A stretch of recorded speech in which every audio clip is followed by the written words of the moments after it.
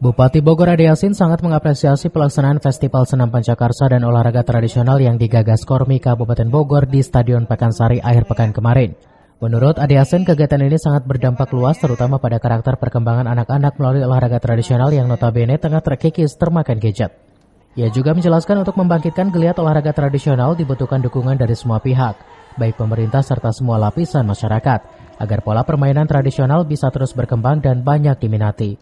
Sementara itu, Bupati juga menghimbau kepada masyarakat untuk terus berolahraga, salah satunya melalui senam Pancakarsa, yang saat ini menggeliat ke semua desa di seluruh wilayah di Kabupaten Bogor.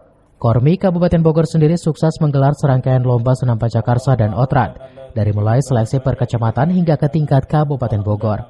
Pelaksanaannya juga menerapkan prokes sesuai arahan Kemenkes. Olahraga masyarakat ini perlu digalakkan kembali ya, apalagi untuk anak-anak. Ini kan olahraga yang di Kormi itu adalah olahraga ketika kita zaman saya masih kecil gitu ya.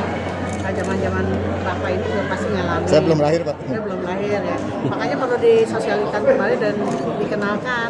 Dan ini juga dalam rangka mengurangi ketergantungan gadget buat anak-anak. Karena ini penting loh.